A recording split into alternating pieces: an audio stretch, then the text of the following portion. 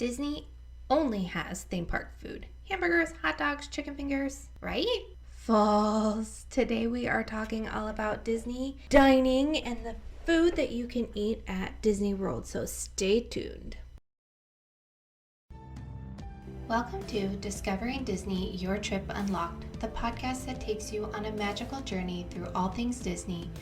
I am your host, Amanda Mills, a travel advisor passionate about helping you make the most of your Disney adventures. Whether you're a first-time visitor or a seasoned Disney pro, this podcast is here to unlock the basics and offer tips that will turn your Disney trip into a fairy tale come true. If you've ever dreamed of stepping into Cinderella Castle, flying over Neverland with Peter Pan, or exploring a galaxy far, far away with the Force as your guide, then this podcast is your key to unlocking the enchantment of Disney. Get ready to ignite your imagination and set the course for lifelong Disney memories as we embark on an incredible journey together. Discovering Disney, Your Trip Unlocked starts now.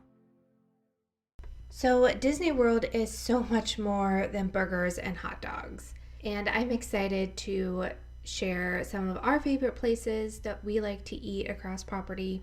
Now they do have those. You definitely can get a cheeseburger and a hot dog around property, but trust me, just try some other things. So I'm going to break it down for us. We're going to first talk about table service, move on to quick service, and then we'll talk a little bit about snacks and food allergies.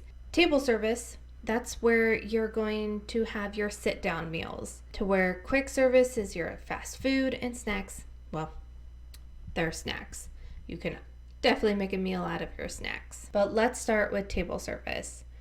There are over 60 sit-down options to choose from across Disney property, and they're always adding new ones. I have a bucket list of options that I want to eat at that I just haven't got to yet. And with over 60 options, there's a variety of options. There's a variety of options that are gonna fit every person in some way. If you don't like spicy, you're not gonna eat a spicy food. Most likely there's gonna be a place for you that's more of a home cooking. When we went down with my grandparents after I finished my college program, we had to really choose the restaurants that my grandpa would eat at because we always used to call him a picky eater.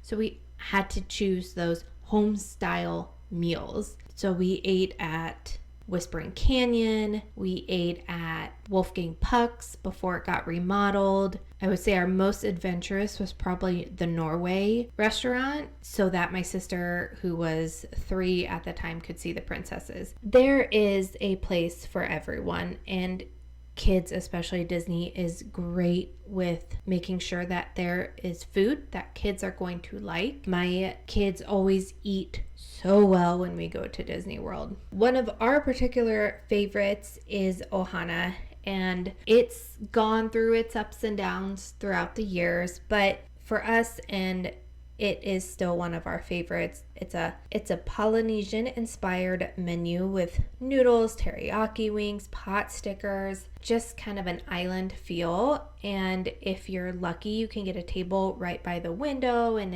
if your reservation is late enough, you'll be able to see the fireworks at Magic Kingdom, and they do pipe in that music, so that's kind of fun. There is a variety of styles of table service, so you can sit down and it's an order per menu to where you pick what meal that you want and you pay per that meal. They have buffets and all you can eat family style meals. So the buffets, of course, you go up and get your food, and then for those all you can eat family style, they bring the food to your table and you can ask and request for more of a certain item if you like, and that's what Ohana is. I think that's what we like about it. And with that, kids 2 and under can eat free at those buffet meals and those all-you-can-eat meals. So that's a huge perk.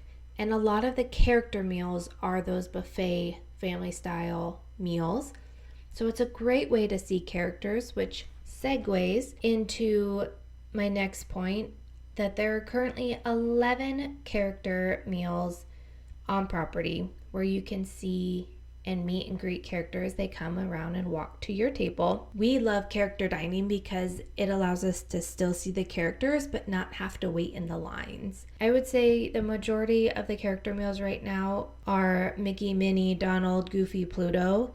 There's the princess meal at Norway and in Cinderella's royal table. There's a Snow White meal, storybook dining, and then there's the Pooh characters that you can meet and greet, and the Disney Junior characters you can meet and greet at another restaurant. We love character meals. I know the food at the character meals may not always be the best that you want it to be because you're there for the characters, but we love that experience of meeting the characters. Our kids get to see the characters, and we don't have to waste our park days and standing in line for those character meals. Now, table service meals are a great way to kind of break up your day if you plan a lunch or an early dinner. So if you want to rest, plan a table service meal. I know a lot of people say that they don't want to waste their time eating at a table service. They want to get as much park time as they can in, and that's definitely okay. We have even done to where we will have a morning breakfast and then we'll snack kind of in that midday and then plan a quick service for the evening. That kind of sets us up for the day. It kind of gets us a little full, and then we'll have a little snack, and then we can have that quick service in the evening. We also like sit down meals as a way to try new foods and to try new experiences. So I try to pick something that we haven't had before when we go, and just so that we can have that new experience. Like I said, we've got 2 boys and I've got one that's picky eater, and they always come and accommodate.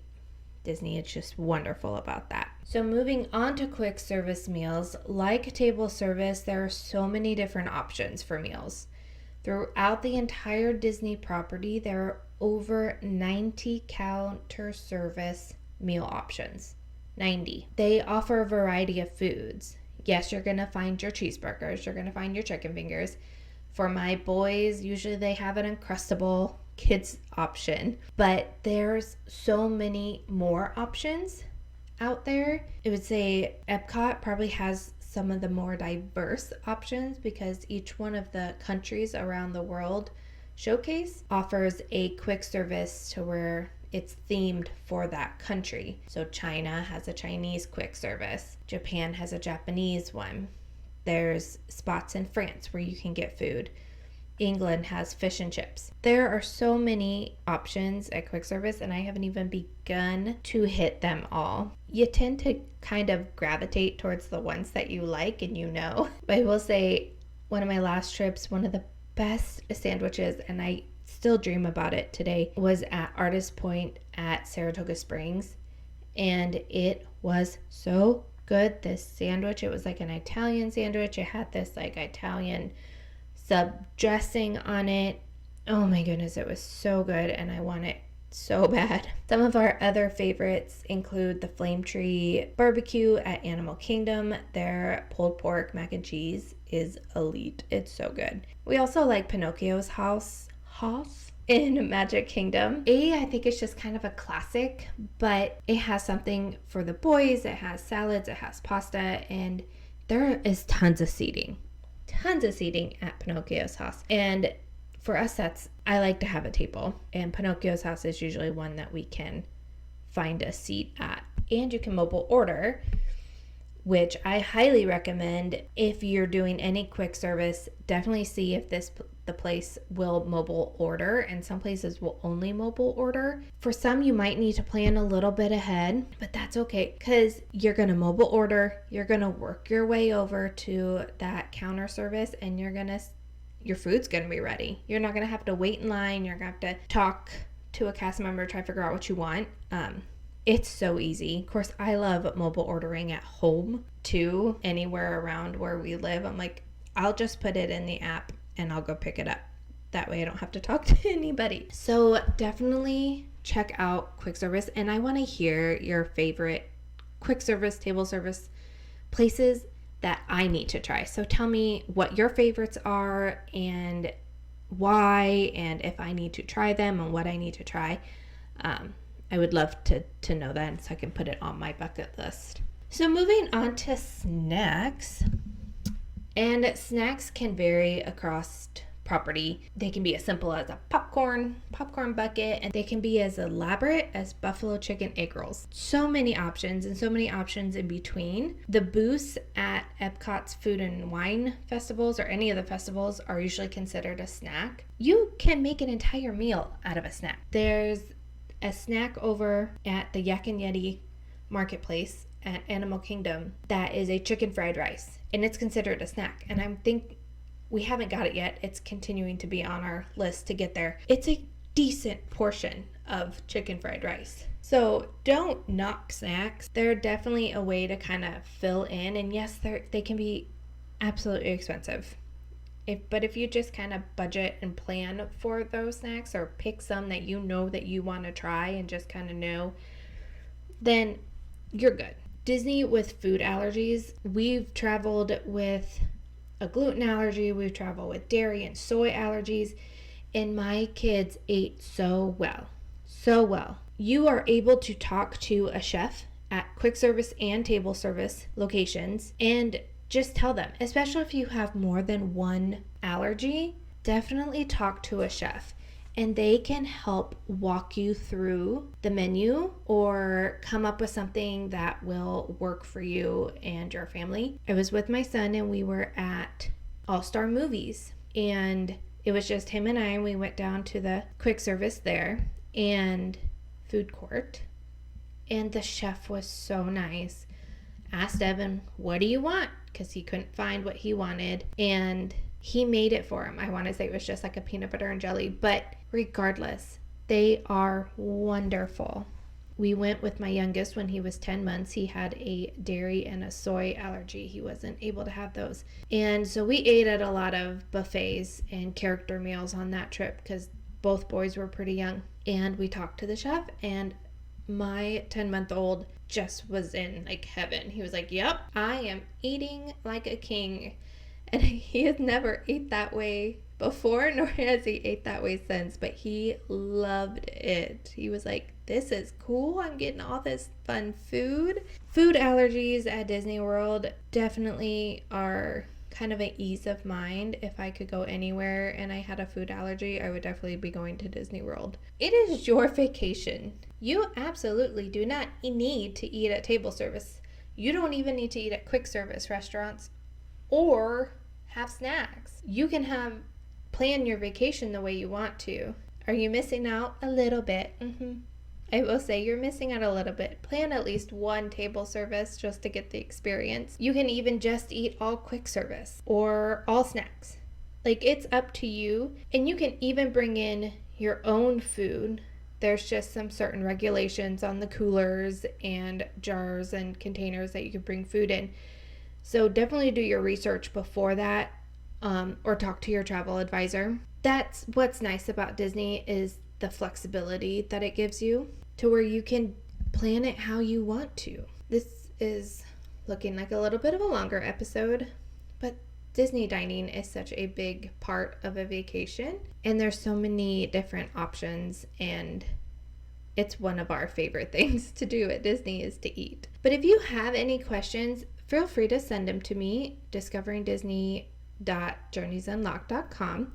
There's a form at the bottom where you can send me questions. And if you have questions on anything, send them below, and I will hopefully one of these times be able to grab enough to where we can have kind of a Q&A podcast. I think that would be kind of fun. And if you are just kind of thinking about a Disney vacation, you're still in those beginning stages, I have a free resource for you called 5 Decisions for a Disney Vacation. The link is in the show notes, and it just kind of helps you get to thinking about what the next steps are and what you need to start planning for your Disney vacation. Stay tuned next week. I think we're gonna chit chat about Animal Kingdom, so that should be fun. Until next time, I will talk to you later. Thank you for joining us on this magical journey through the world of Disney, right here on Discovering Disney, Your Trip Unlocked. I hope you've enjoyed uncovering the secrets and discovering the basics of all the enchanting Disney destinations. But this is not the end of our adventure. There's still so much more to explore and uncover. Make sure to hit that subscribe button so you'll never miss an episode. With each new installment, we will dive deeper into the world of Disney, unlocking the tips and information that will make your next trip truly unforgettable. If you have any questions or want to share your own Disney stories, don't hesitate to reach out. You can contact me through my website or social media channels. I'm here to help you plan the perfect Disney vacation tailored to your dreams and desires. And speaking of social channels, don't forget to follow me on Instagram, Facebook, and TikTok at Journeys Unlocked Travel. You'll get real-time updates, exclusive content, and even more Disney magic to brighten your day. So until our next adventure together, keep dreaming, keep exploring, and keep that Disney magic alive in your heart.